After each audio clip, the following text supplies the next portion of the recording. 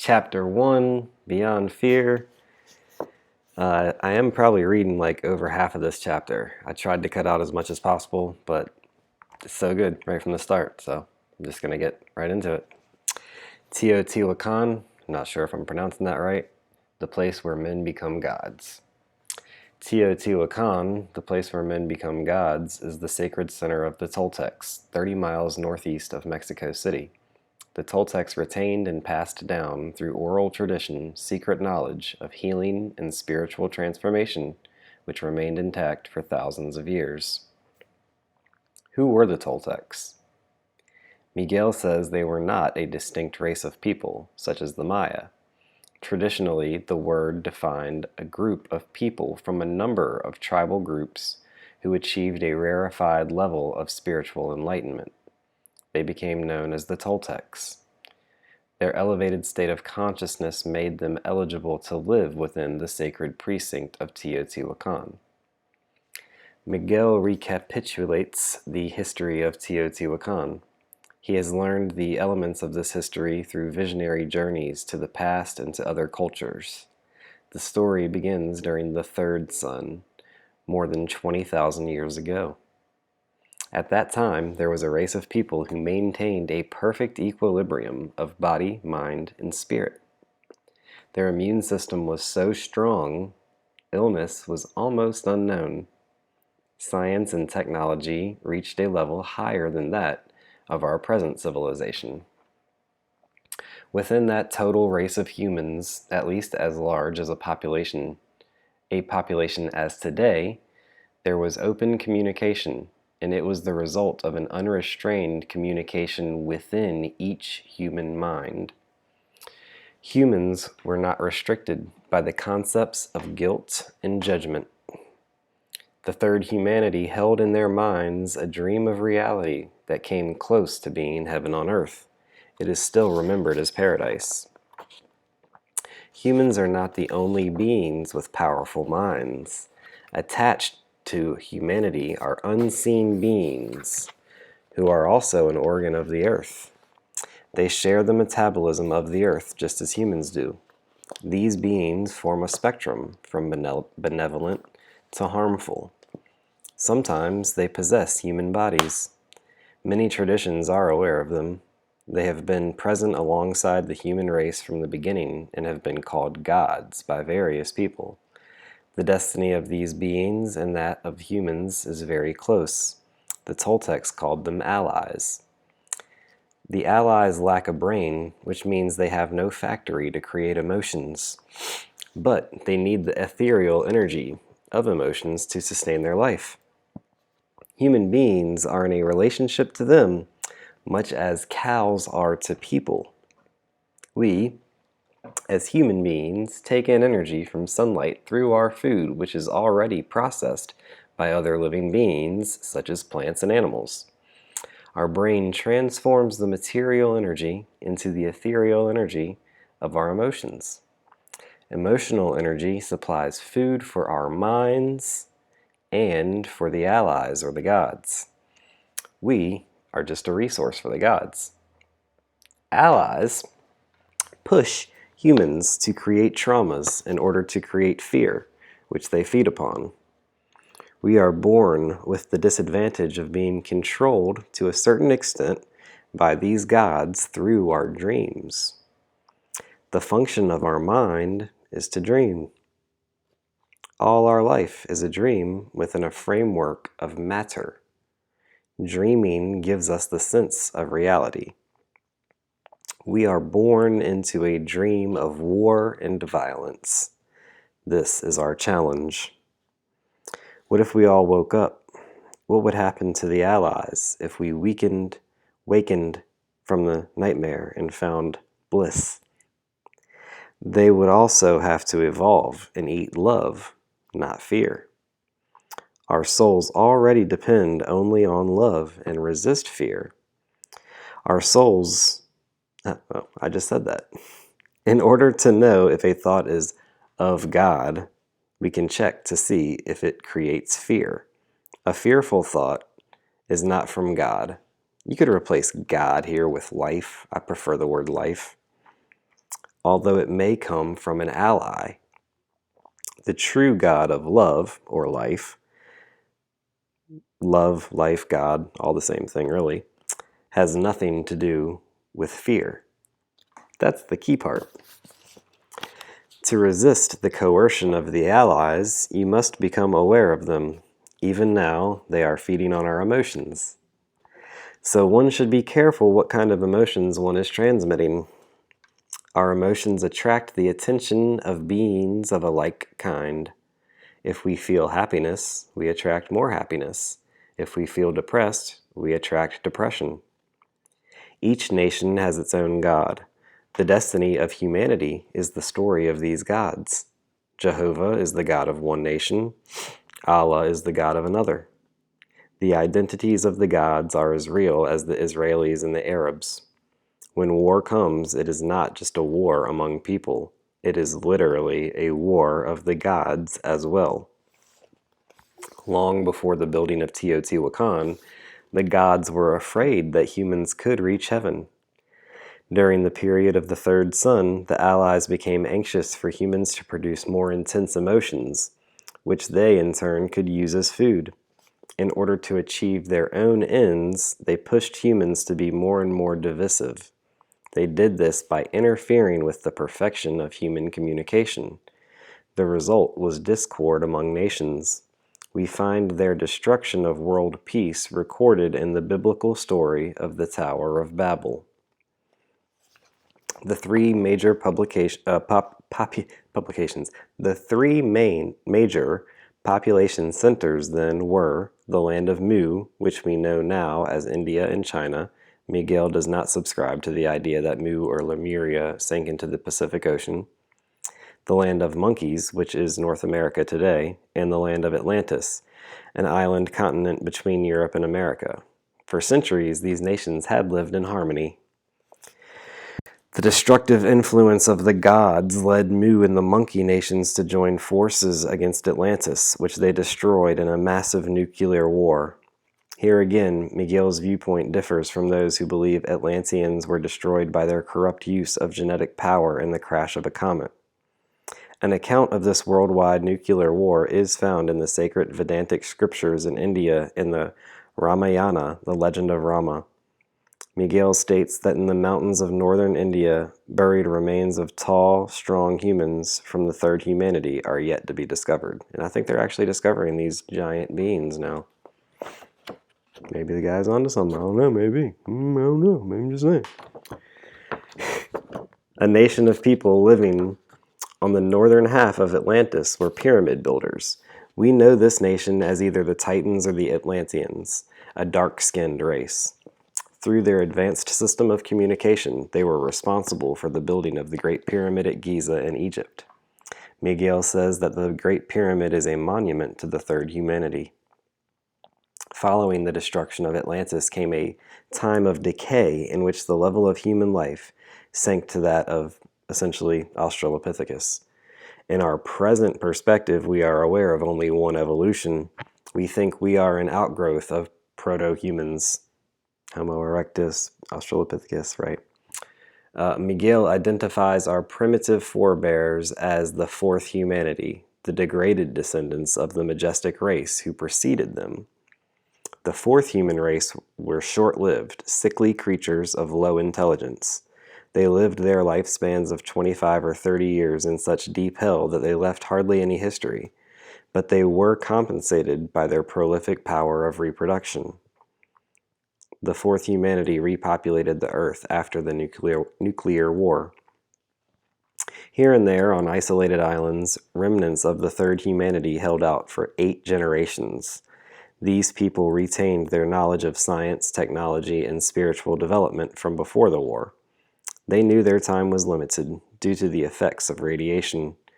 Since their power to reproduce was weak, they tried to use their remaining strength to teach those of the fourth humanity. They would visit the population centers of these primitives without getting too close for fear of the disease that was so prevalent.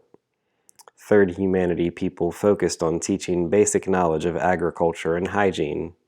Fourth humanity humans thought of these taller, more intelligent beings as gods. A memory of them can be found in sacred scriptures, for example, as the Elohim in the Bible. Third humanity survivors attempted genetic experimentation to improve the race. They also sought a way to retain the knowledge of the time before, when people lived in harmony and knew what it meant to have a perfect equilibrium. Even then, the area of Teotihuacan was known as a sacred place. Some of the ancient wisdom was stored at that site for later generations to discover. The Toltecs believe that the sun is the source of intelligence in the solar system. The remaining third humans prayed to the sun for help in safeguarding the knowledge of achieving perfect harmony.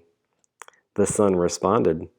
A new quality of energy came from the sun in the form of messengers. Light is the messenger from the sun. In this case, the new quality of light manifested as angelic beings who coupled with humans to begin a mixed race, with the potential for a new evolution of intelligence.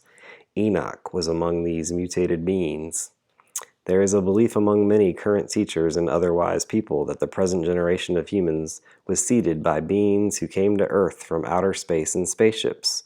They claim that extraterrestrials performed breeding experiments using their own genes mixed with those of the proto-humans. Miguel does not believe the seeding came from another planetary race. His vision is more mythic and seems to substantiate the possibility of virgin births, or of births stimulated by angelic beings sent from the sun who are not human. Whichever image seems to be correct, there is an element of magic to the mutation which altered humanity and led to our current race. The change at that time in the sunlight that controls life on Earth marked the beginning of the fifth sun. The fifth humanity, a race of mutants, is our own. We are partly celestial and partly of Earth. To accomplish this mutation, the sun modified DNA to produce an improved human being with a better mind. The effort of the present evolution is to recover the perfect intercommunication once known on Earth but then lost, and the peace and harmony such communication produces. Once again, we are becoming aware of our human kinship. We have rediscovered such concepts as peace, love, and justice. We have created laws. We are attempting to raise the living standard of humanity. Still, we suffer from our lack of inner harmony, and we needed an influx of new energy to continue our spiritual evolution. Since January 1992, the sunlight has once again changed. Its vibration is different and includes more violet rays. We now find ourselves at the beginning of the sixth sun. We are witnessing the birth of the sixth humanity. Forerunners of this new race are already alive among us. They know, once again, the basic dream of heaven on earth.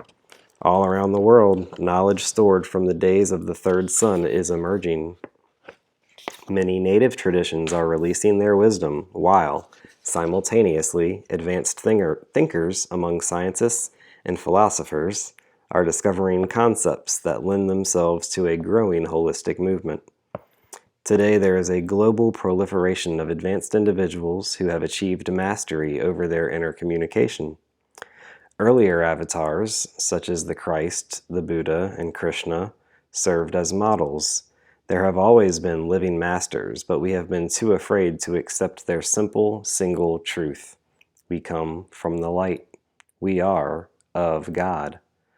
Once this truth is accepted, we can give up fear, self-hate, guilt, jealousy, and suffering. Teotihuacan is one of the places where this ancient wisdom has been preserved. Miguel Angel Ruiz, while visiting the site, has recovered more and more of this knowledge during trance states. He believes his source is the rocks with which the various temples have been built. The rocks function like a data bank, and he has access, through his mastery, to the information left there by earlier masters.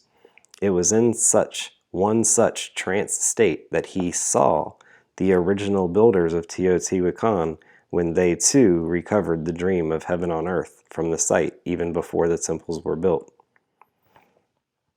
Around 4,000 years ago, in the time of the fifth sun, which has lasted 5,000 years, a group of spiritually advanced people who came from the north went into a cave which has recently been located under the Pyramid of the Sun at Teotihuacan. They shared a dream of a huge snake.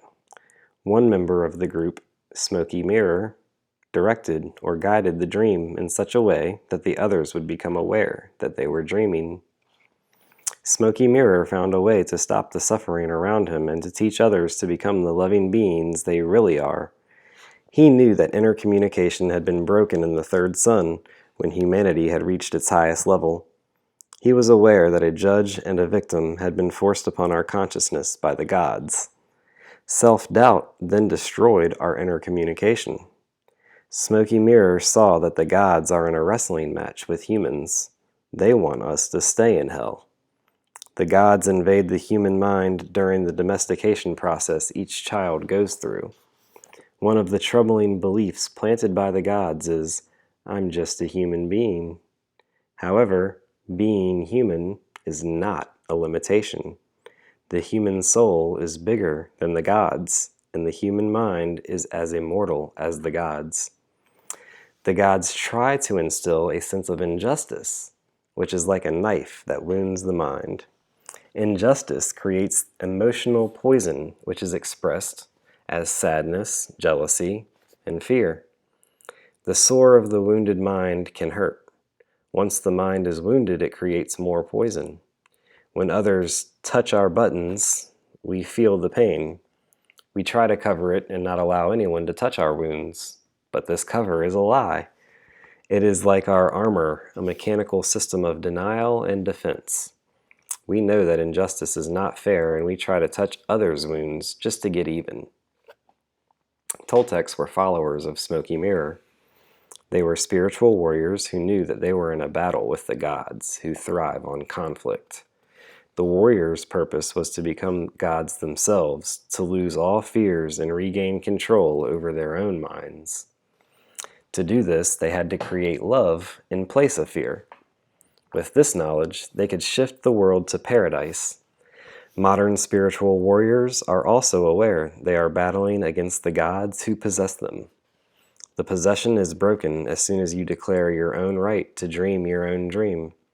Free will can take you past personal pain and toward personal freedom. Smoky Mirror discovered the primary wisdom left behind by the third humanity, that we are children of the sun. He found out that everything is made from light. We eat light, and the light brings us messages from the sun, which controls life in the solar system. Following the directions he received in his dream, Smoky Mirror designed and directed the building of the first temples at Teotihuacan. His wisdom was built into the very rocks of the temples. In later years, these structures were expanded and others were built. This group of magi, or wise people, founded a wisdom school, or mystery school, at this place where men become gods. For several thousand years, the masters of Teotihuacan taught advanced spiritual seekers how to surmount fear and live as though they were in heaven, rather than the hell most humans perceive around them. In pre-Columbian times, the spiritual site was surrounded by a large population center of some 200,000 people. It was also the major marketing and production area of central Mexico. No one could apply for training with the Toltec masters. A candidate had to be selected. Moving incognito among the residents, the masters sensed who was ready to enter into apprenticeship with them. Without being detected, they applied different tests to determine the worthiness of those whose way of life they were observing. When the masters perceived that they were nearing the end of the cycle of power in Teotihuacan, they were sufficiently elevated to do the same thing that Scripture tells us Jesus did. They ascended. They left their physical bodies, became one with the light, and ascended to the sun. Left behind was a vacuum of leadership among the group of spiritual aspirants who were at various levels of learning, but not yet at the stage of mastery. When an invasion of barbarians from the north overtook Teotihuacan, the remaining Toltecs in training were unable to withstand them. Many died. The barbarians intermarried with the people of Teotihuacan and attempted to adapt Toltec spiritual practices to their more primitive beliefs in jealous gods who demanded human sacrifice. The bodies that have been discovered buried beneath the Pyramid of the Sun at Teotihuacan are probably those of the spiritual seekers who defied the invaders and who were ritually murdered. Corruption overcame Teotihuacan. Around the year 700 AD, it was abandoned as a spiritual center. Its temples were deliberately buried. 20th century archaeologists are uncovering the site and making it accessible again in time to coincide on an esoteric level with the emergence of the sixth humanity. There was an exodus of the remaining Toltecs in training from Teotihuacan. Some of them went south and merged with the Mayans, who were at that time in a state of complete decadence. From that merger of the Toltecs and Mayans came the new Mayan Imperium. Others formed a new community at Tula, where at first the knowledge of the Toltec masters was retained. Little organizations in the village tried to preserve the knowledge like a religion. The villages fought for control. The high priest came from the most powerful city in the Tula area. The high priest was considered the incarnation of Quetzalcoatl, the feathered serpent, who was one of the twin brothers. The other twin was Smoky Mirror. In the Toltec religion, these twins were the representation of the Nahual and the Tonal. They took turns carrying these two energies. At times, Smoky Mirror carried the Nahual energy, while Quetzalcoatl carried the Tonal energy. Then they would reverse places. Yang yin, you know what I'm saying? The Toltec knowledge was eventually corrupted by the leaders of Tula, who succumbed to temporal power. They misused the silent knowledge of Teotihuacan in their efforts to escape death. Miguel says some of the worst black magicians in the world that the world has ever known were there. They turned Quetzalcoatl into a demon in much the same way that later powerful Christians used the name of Jesus as a demon. The Aztecs became the most powerful little country in Mexico. They built Temple Mejor in Mexico City, and they tried to instill the wisdom from Tula. The Aztecs became the new Toltecs. Two groups of spiritual warriors among the Aztecs preserved the Toltecs' wisdom for 500 years following the Spanish conquest. They were the Jaguar Knights, who were warriors in training, and the Eagle Knights, who were fully trained Nahuals. Jaguar Knights were initiated into death in a ceremonious ritual involving water and fire, during which they renounced fear, anger, and jealousy. After their training and initiation, they saw the world in a new way, as a world of justice. Then they became Eagle Knights. The highest of Eagle Knights was the Tlatoani, the representative of God on earth. Any Eagle Knight could become a Tlatoani. Miguel's family were Eagle Knights. The eagle represents divinity. All Eagle Knights, even to the present day, are in daily contact with divinity. They are in a state of constant happiness. The practices they follow to achieve an awareness of bliss were also followed in ancient India, Egypt, and Greece, and remain as living traditions among native people. In early times, Teotihuacan was connected worldwide with many other sacred centers. All of them shared the same basic silent knowledge. The Toltec way of life promotes a perfect equilibrium of body, mind, and soul. In most traditions, some functions of the body are judged to be undesirable. Elevated spiritual warriors who follow the Toltec way are not required to be celibate. A basic tenet of their belief is to respect the human body as a temple, perfect just the way it is.